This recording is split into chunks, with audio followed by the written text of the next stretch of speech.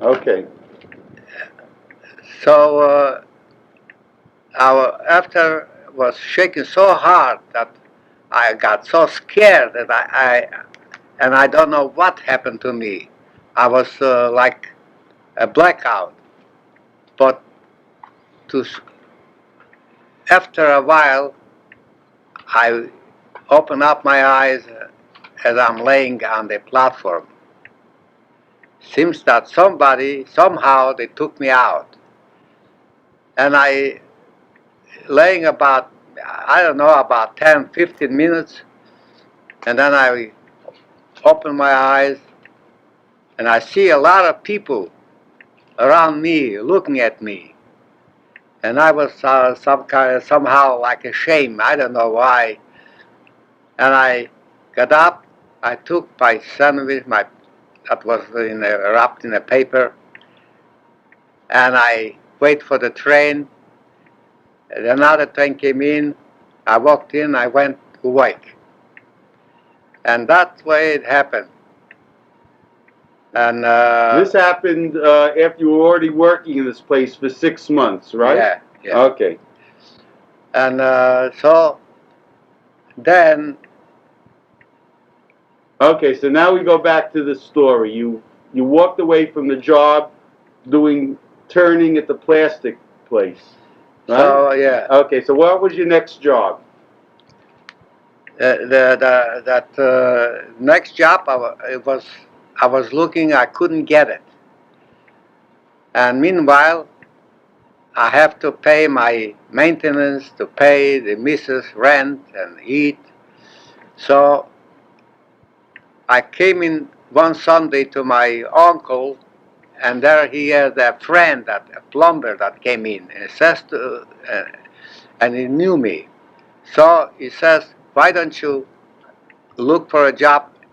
There is a hospital building in Brooklyn, on Stuyvesant and Hart Street, big hospital, a Jewish hospital." So, so I said, "I like to take anything." So he took me to the hospital because he was a plumber. He was doing the plumbing work, and he introduced me there to the assistant superintendent, and the assistant superintendent sent me to the dietitian. She needed somebody. And in the hospital, usually there's a dietitian with an office. And so I came in. So she told me that first you'll have to wait. You have to be a waiter and wait for the doctors. There's a small dining room with only doctors, about 10, 12 of them. And I was working there. And then I had an additional job to give some a list of items that the dietitian was writing what to give to the patients. That is, that list was a dietetic list. I had to give that to the chef, and the chef had to make up the diets. And on the piece of paper was written several items, like like uh, uh, 60 full diets and and 40 soft diets and 70 liquid diets, like that. And she put it down on the slip, things like that. So, and then I had to take the slips and bring it down to the chef, and the chef took care of that. So that was kept on like that for about 6 months. Then all of a sudden, she had to leave the place because she had some kind of big office offer to work in Israel, and she had to go. So then the hospital had to hire another dietitian. So I said to the assistant superintendent, suppose let me try to do the work as a dietitian. They asked me, how can you do it? You're not a diet, you didn't study dietetics. I said, well, I have all the sleeps that she made out for diet, for certain patients, like diabetic or other sickness patients. She made out the menu. So there was, as I said before, they called it full diet, soft diet, and liquid diet. And I accumulated about 100 sleeps, these things. So I said to the assistant superintendent, suppose I gonna give the same sleeps that she gave out to give again, to repeat so many full diet, soft diet, and give that to the chef so he will do it. Naturally, this diet was making up according to how many patients they have in the hospital. Some weeks they have more patients, some weeks they have less patients. So the chef had to figure this and make it out accordingly. So I had to get from the admitting office the record of so many patients are admitted or so many patients left home. So there was a difference sometimes in 15 or 20. And that's why it went on. It went on for about 6, 7, or 8 months. I don't remember exactly how long. Until the hospital the city told the hospital that they must have a graduated dietitian. So then they hired a new dietitian, and I received another job there to take charge of the receiving department. Now I had 2 boys working under me. I had to order not only surgical and medical supplies, but also food like meat, fish, eggs, butter, everything what food requires. And I was doing that pretty good. Then I took charge also of the porters. They had each floor, there was 2 porters. There was about 10 porters that they used to clean the floors. And so that's what kept on for years and years. And beside that, I had a job to take over the money what they collecting in the hospital to take into the bank as to deposit the money. I used to get every day about 12 o'clock, 12:30, an envelope with about $800-900, and I used to carry that to the bank to make deposit. That was one of the jobs that I had to do. One day, the superintendent called me in the office, and so I came up, and I see there was a gentleman standing there, and he says, "This is the man," pointing out at me. "This is the man, the clerk that works in the receiving department. He takes charge of the receiving department, and also he takes over deposits to the bank." And then they told me the story that in Bronx they had also one like that was taking the money to the bank to deposit, and they made a hold up on him, and they took away the money. So therefore, to prevent these things should happen, so this man that was standing in the office, it seems he's from the police department, and he asked me, "Do you want to have a revolver with you to to protect and to not happen anything. So, or if you don't want a revolver, you could give you a policeman that's gonna escort you to the bank.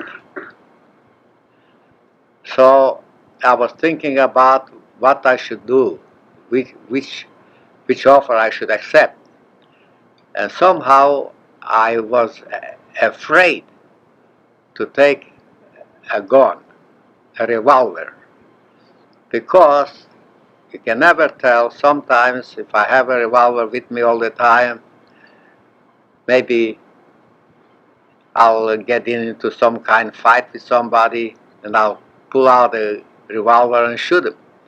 I didn't want to have a revolver. I said, better give me a policeman.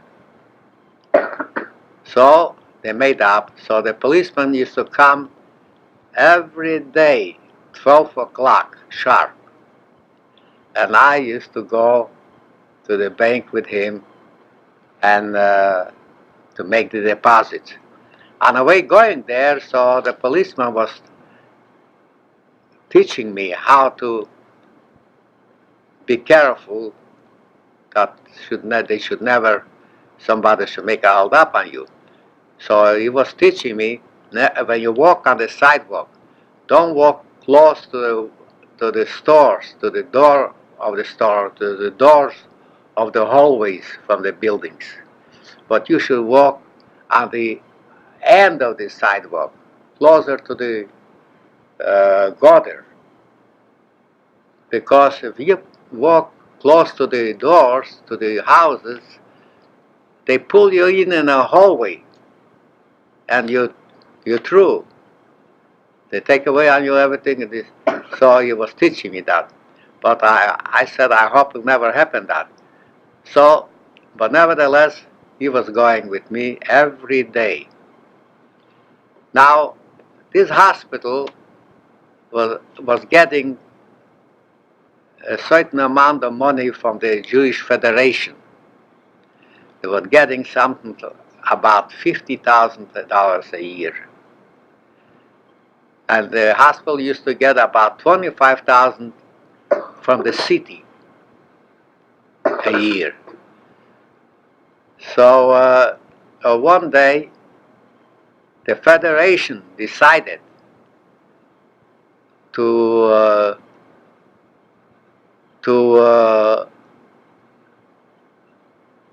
join this hospital with another hospital in Brooklyn, in Borough Park.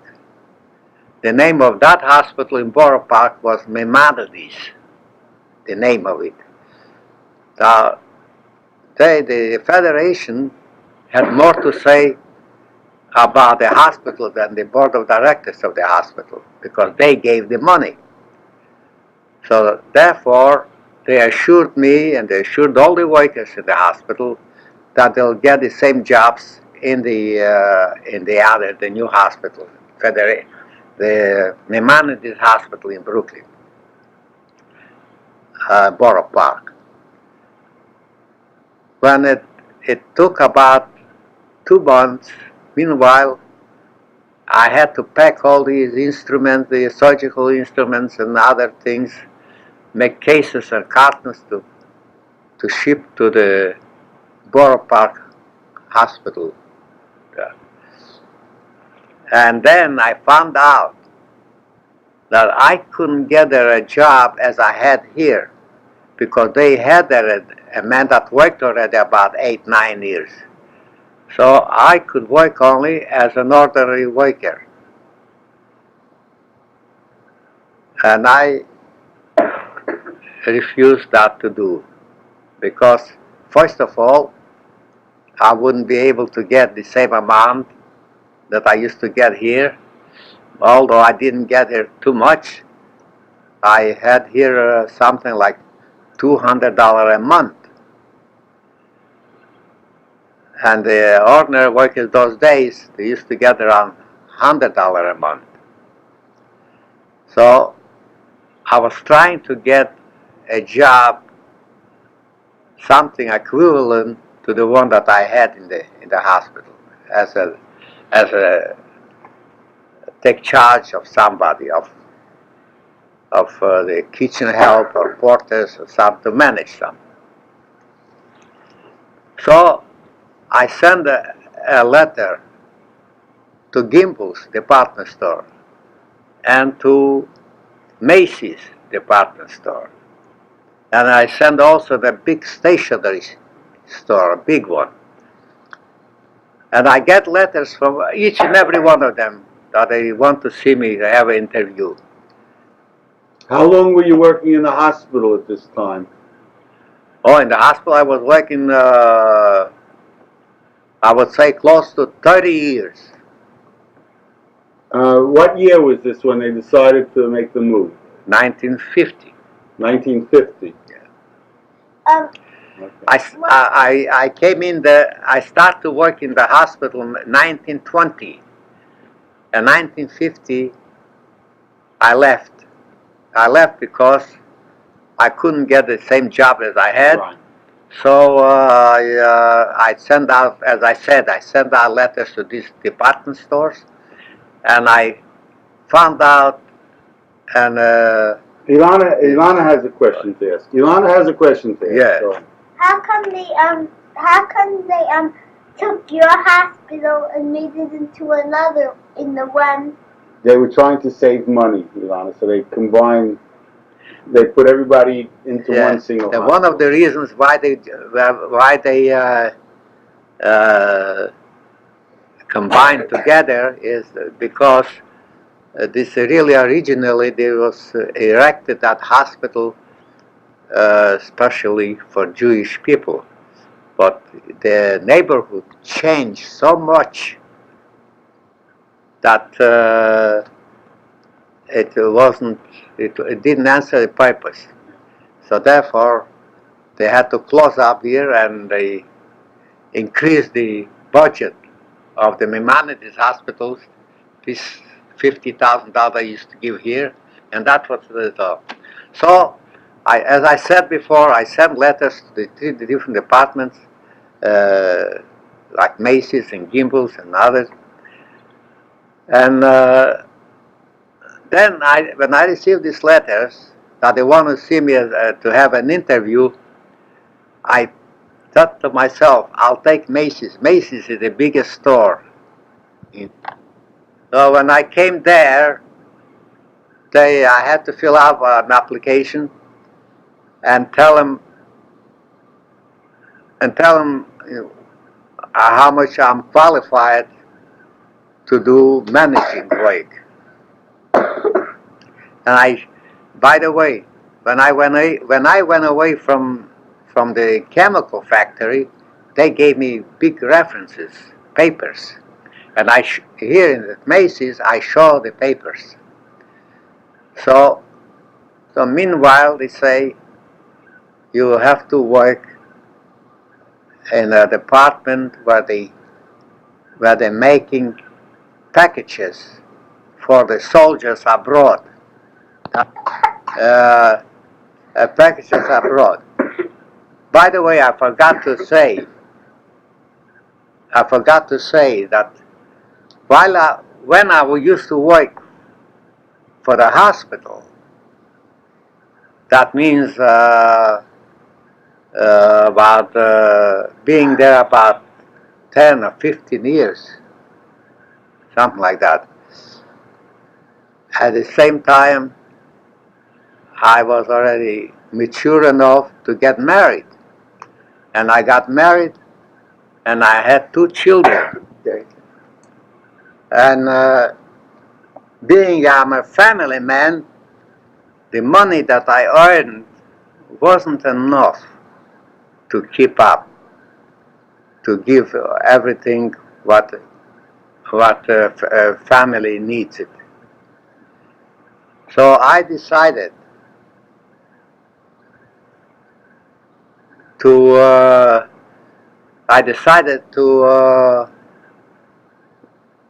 look for a part-time job. While I was working in the hospital, I used to work from 8 to 5, so I'm looking for a part-time job to work another 4 hours after my regular day work. So as I as I sent an application that time to Macy's, and they accepted me as a part-time worker. I had to come to Macy to work 6 o'clock till 10 every day. That gave me another $25 a week.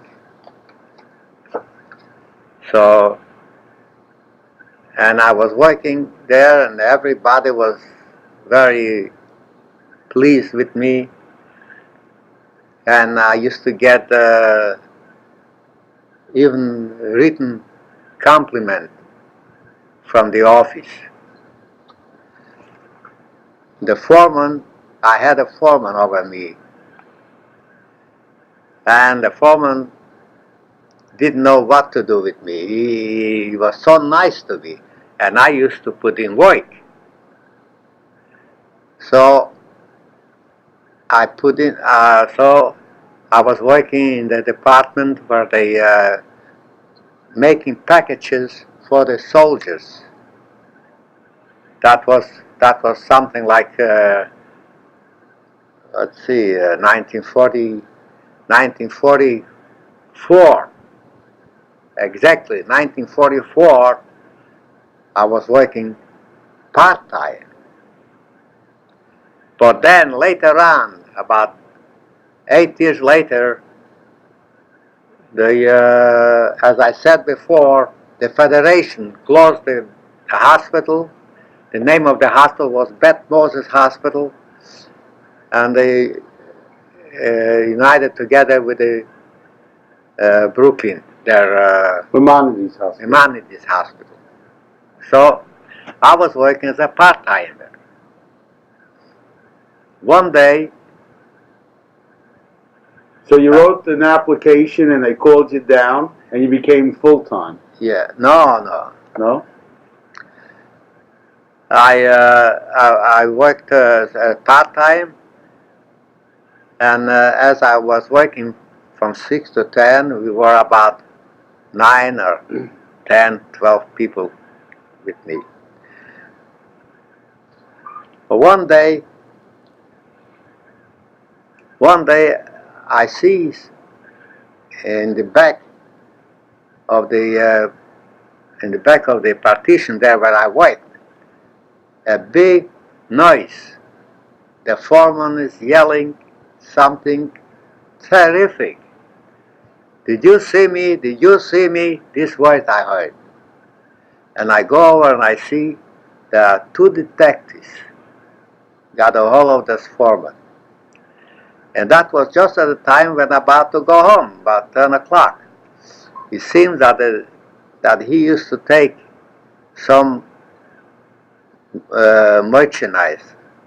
No, but from the package that I used to send to the soldiers, there was all kind of things like razors and shaving cream and, for a soldier package and all this. So he used to pack up his pockets with this stuff, and they caught him. When they caught him, they took him down to the office, and I didn't see him no more since then. Then one of the heads from the office came over to me and told me, "You take charge." Go ahead. So I was working like that. I managed. They liked it very much, and until that was my second job. But the regular job I lost because the Federation closed the hospital, so I had to look for a full-time job. So I applied for a full-time job, and they took me. And when I started to work a full-time job, I was working regular like any other man. Because there, the full-time job, there was already different supervisors, and so I worked as anybody else. And And you worked until you retired. I worked there. Then in 1961, I went with my wife for a trip to Europe during my vacation time. They gave me 3 weeks vacation. I used to get 3 weeks vacation. So during that time, I took a trip to Russia, and I came back 3 weeks later. And I was working. Meanwhile, my wife was getting ill from time to time. I had to go with her to doctors, and it came to such a point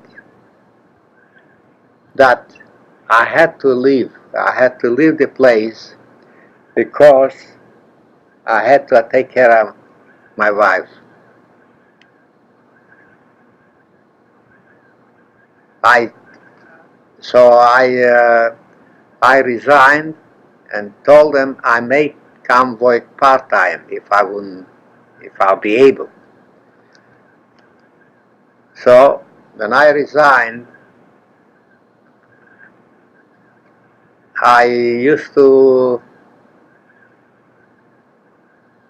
when I resigned I was already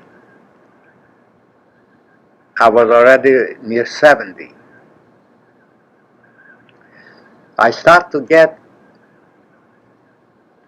Social Security, not much, but I used to get Social Security and work, because after 70 you could work and even make $1 million a year. You could get Social Security, entitled to. I used to get Social Security and work, but I couldn't work too long because my wife was very sick.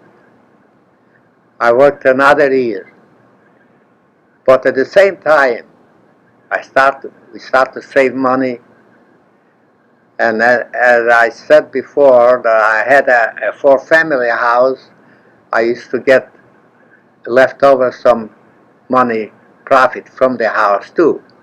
So all in all, I appropriate some money, and I resigned.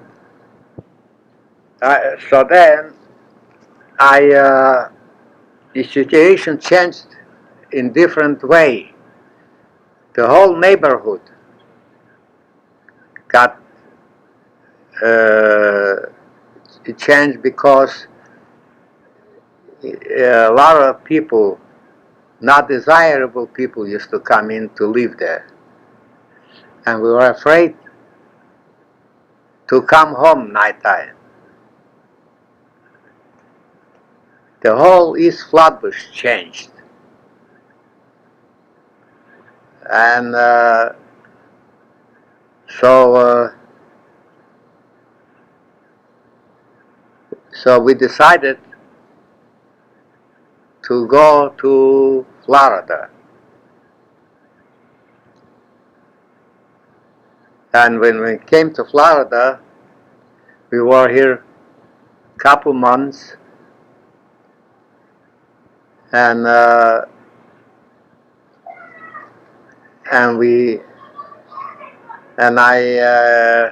got in a place where they sold a condominium.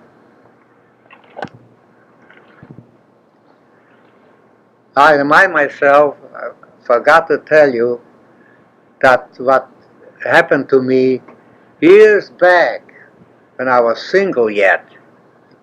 Way back, I was working in a wood turning shop that time, and I start to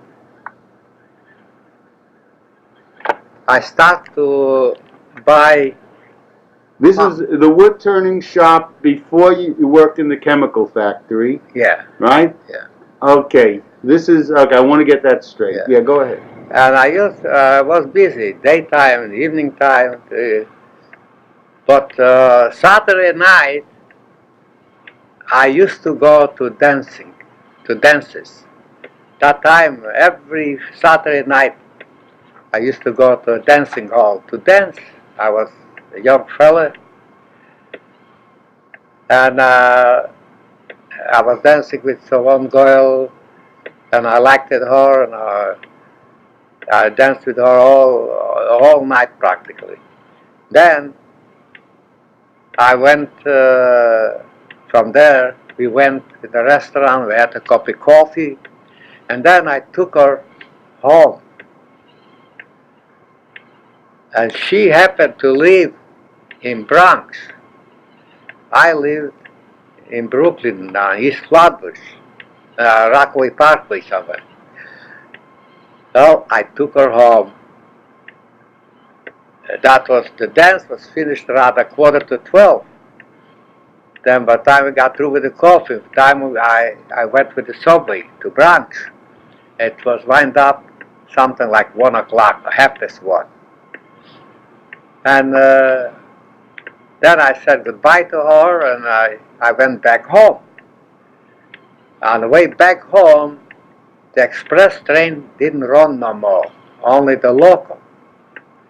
So stopped every station I come.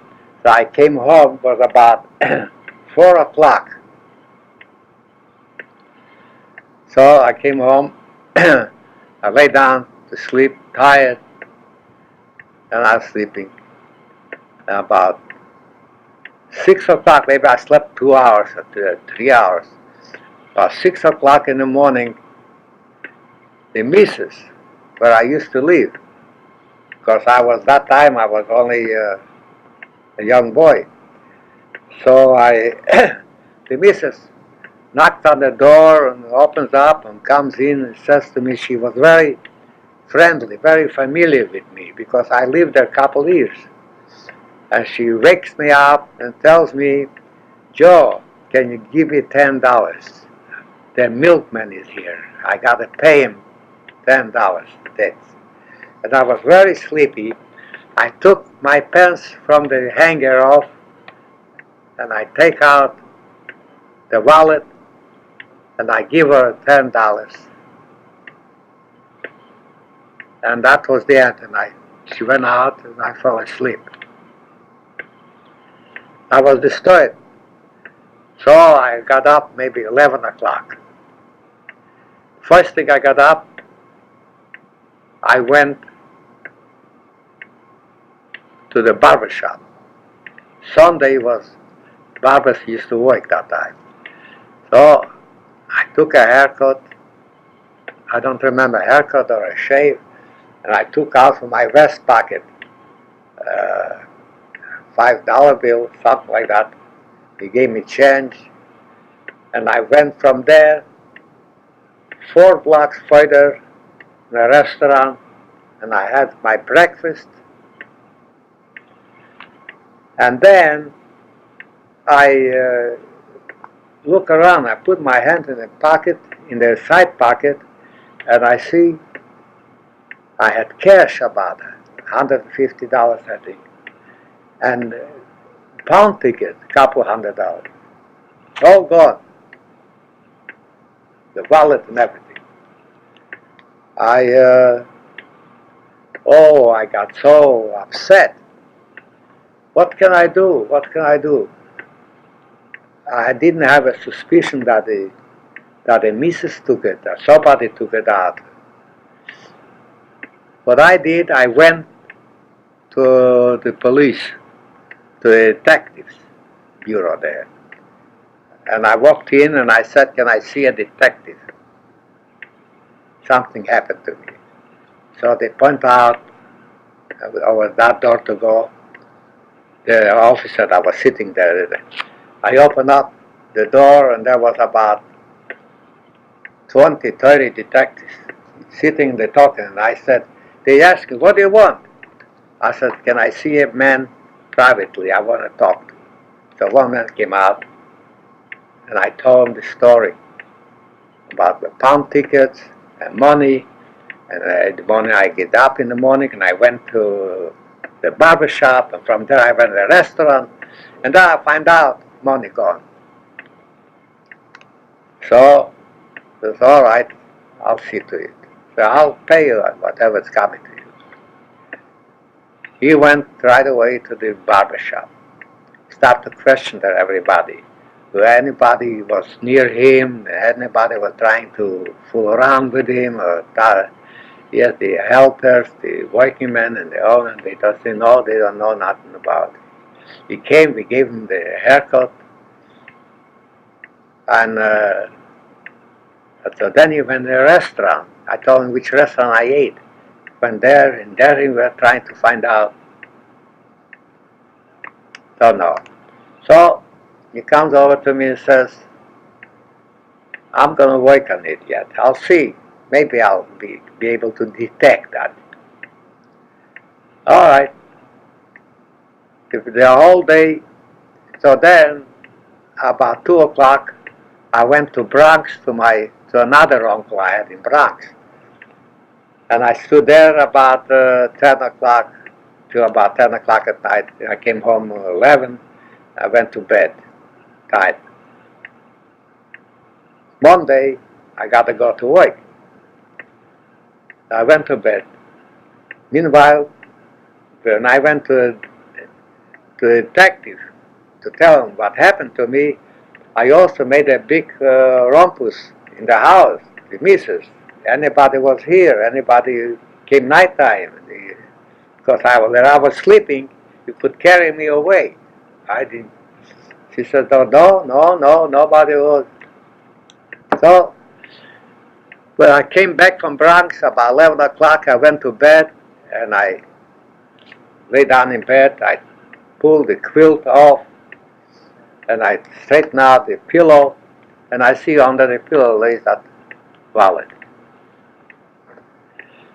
I start to think, how's it come, the wallet? Is somebody got scared and they brought back, or something like that? And I start to figure out how it happened, what had happened. So I came to the conclusion that I was very, very sleepy, and I was lazy to put the wallet back in the pants and hang up. So I left the wallet under the pillow. See? So then, next morning, I called the detective, and I told him what had happened, and I gave him $5 for the trouble. That was another thing I remember. Also, that I was only 5 years in this country, I started to go to night school because I didn't possess the language well. So I went to night school, and I never missed a night. Every night I went. One day, the teacher asked us to make a composition on Thanksgiving Day. So I made some composition of a couple lines, and some other boys made it. And so I start up with somebody to read in his school, to read what he wrote. And then he asked me, and I read it off what I wrote, thinking that I'm in a free country, that I said something as a patriot. A couple lines, that's all. Then another one, he also read his composition. But he read, he's supposed to read it. It happened that the teacher knew that he wrote something great because he gave the teacher before to take a look. That it was something good. So the teacher says to him, now you, whatever it is his name, Greenberg, whatever, you read it. So he takes the paper in the hand, and he can't read it. It seemed that somebody wrote for him a composition, a real one, you know. So we all start to laugh. And that was a big laugh in the school. So then the teacher read it for us. It was very nice. But we, somebody educated, he brought it. Things like that. In the school I happened to see another thing, that a boy puts down on the blackboard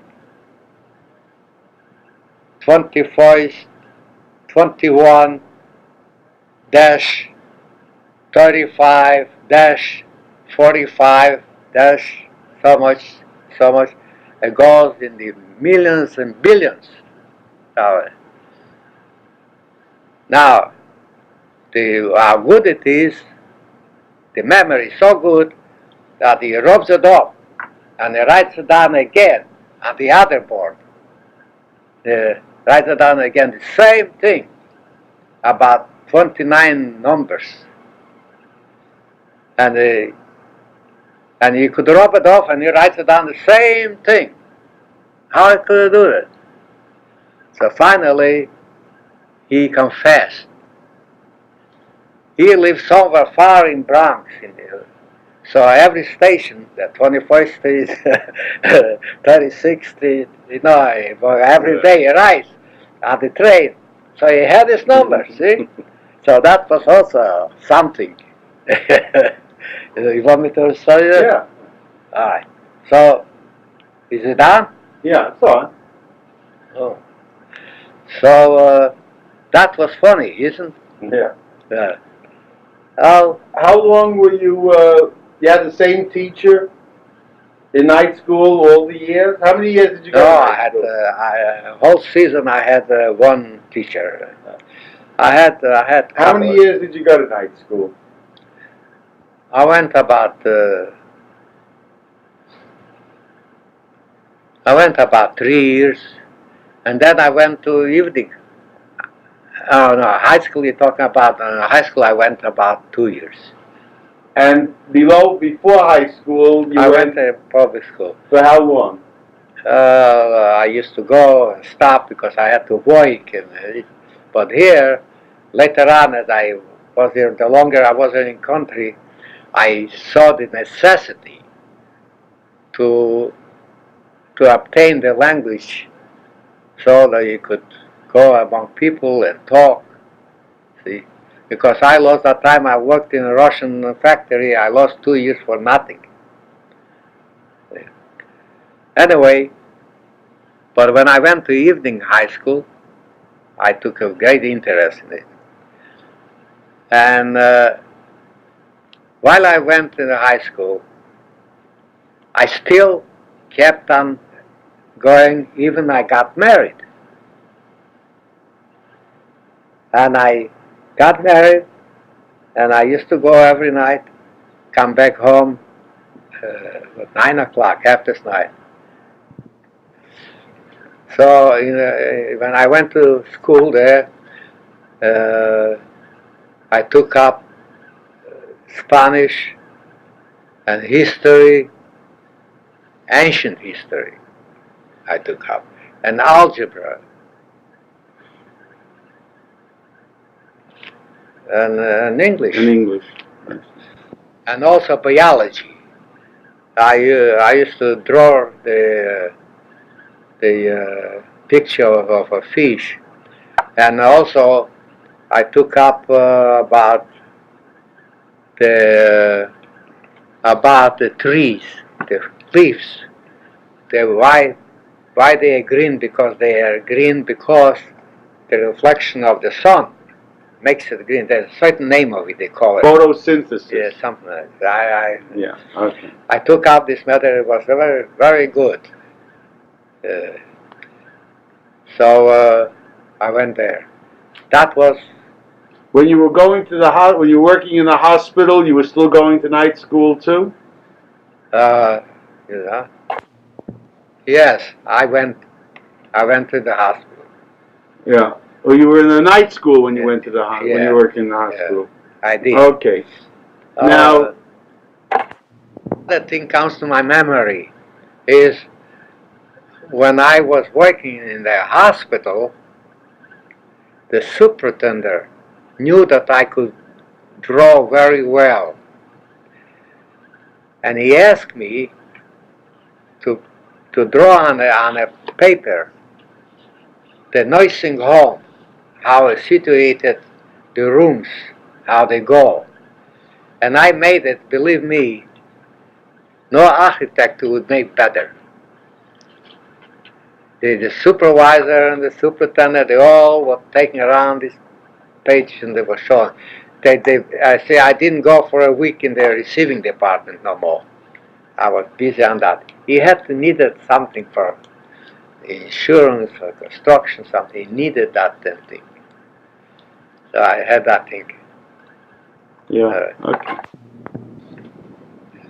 I want to go back when I used to work in the hospital. I had there a nice room for myself and and um, and food. Matter of fact, I used to take charge of the food. I used to get the best food, and the cooks, the chef, they didn't know what to make for me. The best things. While I was sleeping in the room, I remember.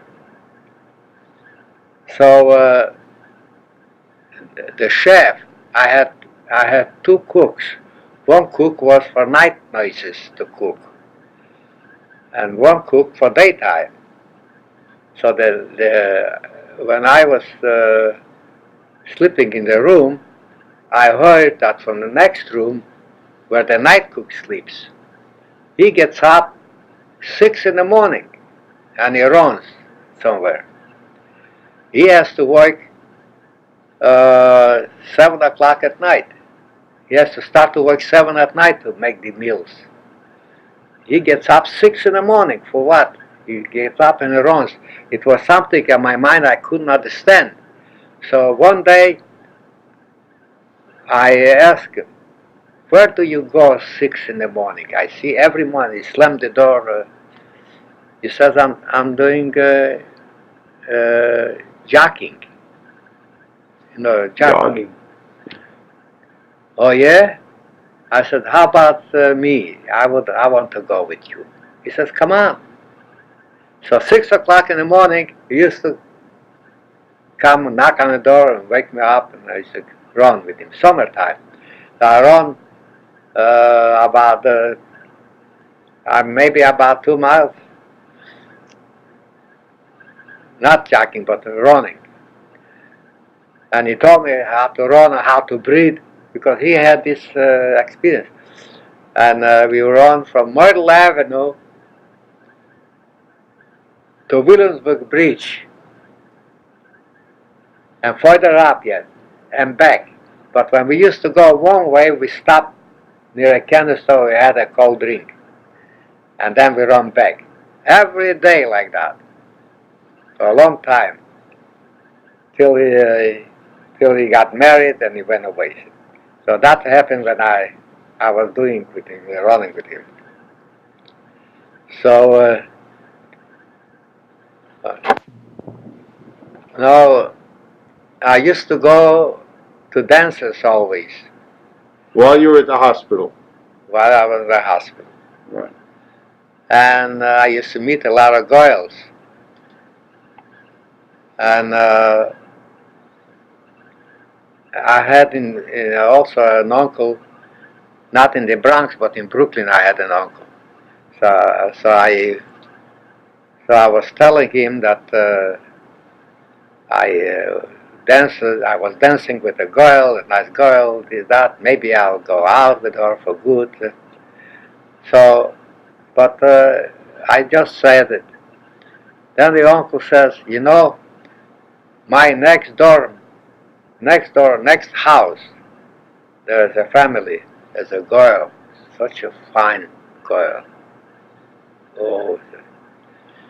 So he says, I want to introduce you to her and see, maybe you'll like it.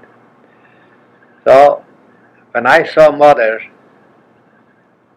she was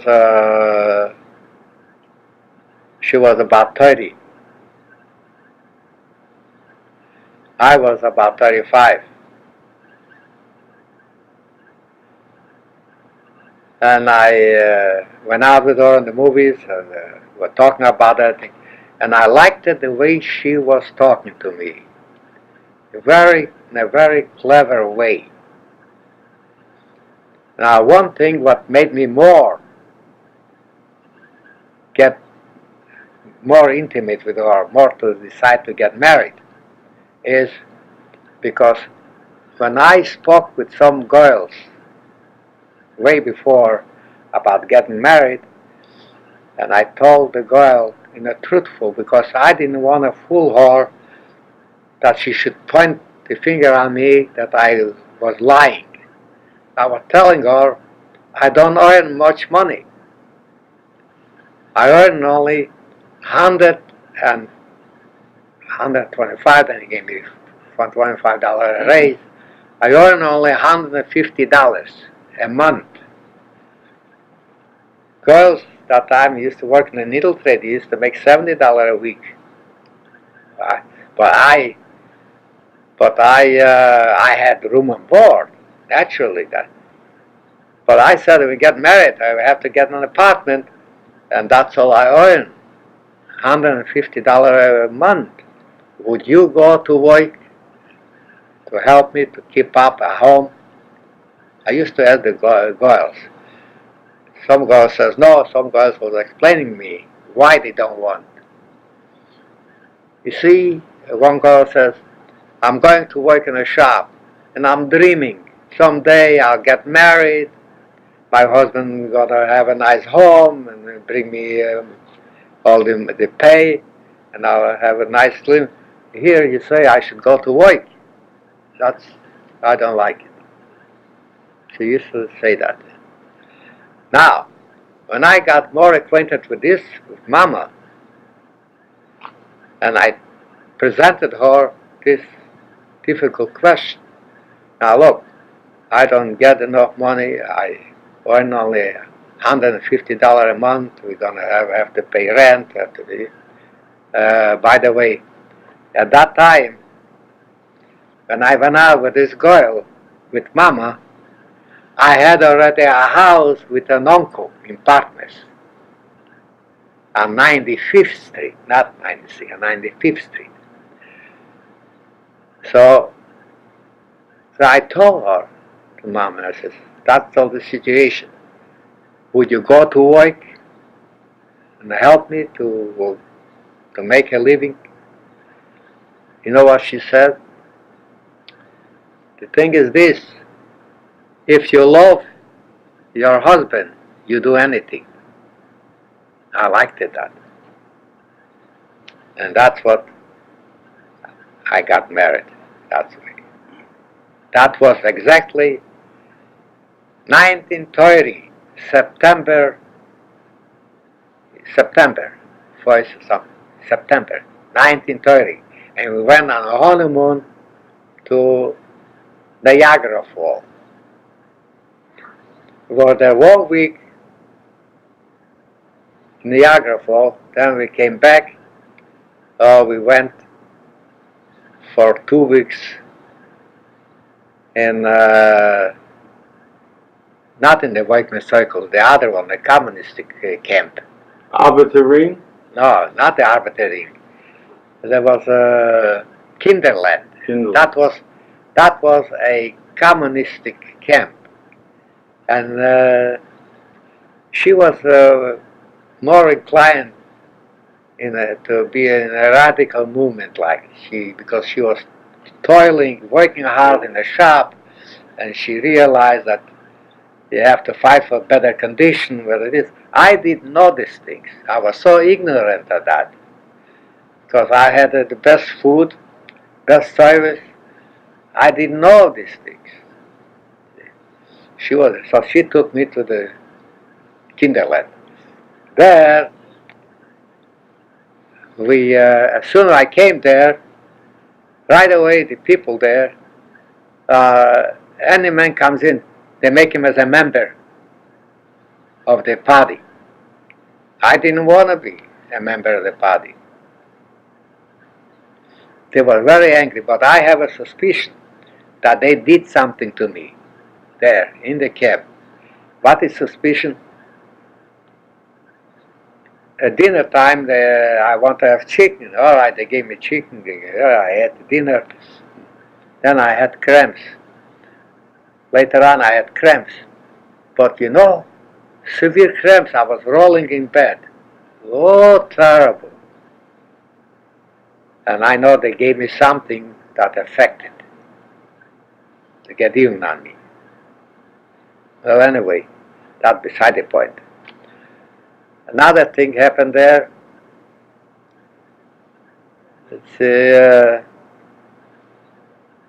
Mama said, take off the shirt, lay down on the grass, put a blanket, lay down on the grass, and get a sunbed. Well, I do that, and she lay down, and I liked it very much. The sunbed was warm, you know. I was laying down about, I know, maybe an hour and a half, maybe 2 hours. I got all red. And then it hurted me, terrific. And then started to peel, and terrific. I had to go to the hospital. I didn't go to the hospital. Oh. So, but I was working in the hospital that time. So they put cotton, big pieces, you know, like a 12, 15 inches square with a certain medicine on the back. And I was there, let's see, I was there in July. Till December, January, I had to cure myself. But terrific.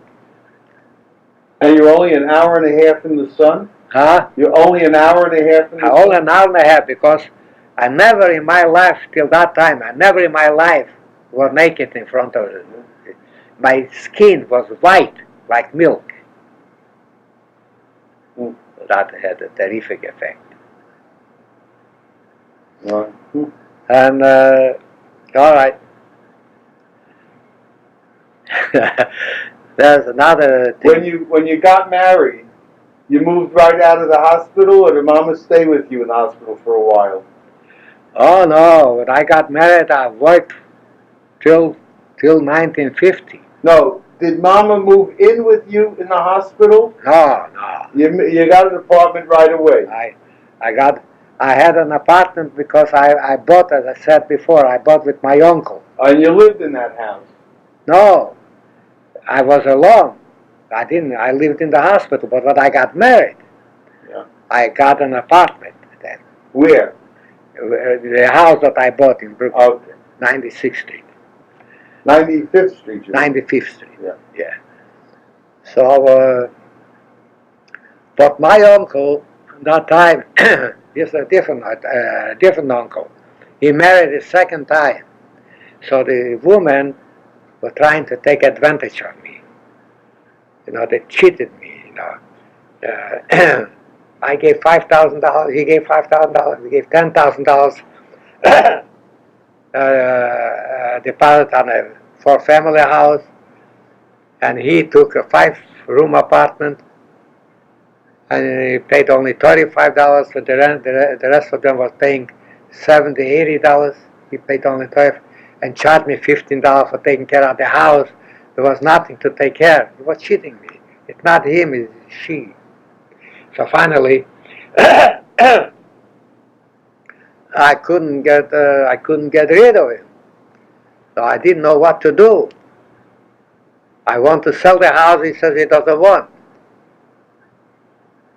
So I went to one of the tenants and said to her, now look, you're paying $65 or $70 a month rent. I'll let you have for $65 less, because I'm a landlord too. You pay the rent to me, don't give it to him. I figure that way I'll have rent. She was too glad to do that.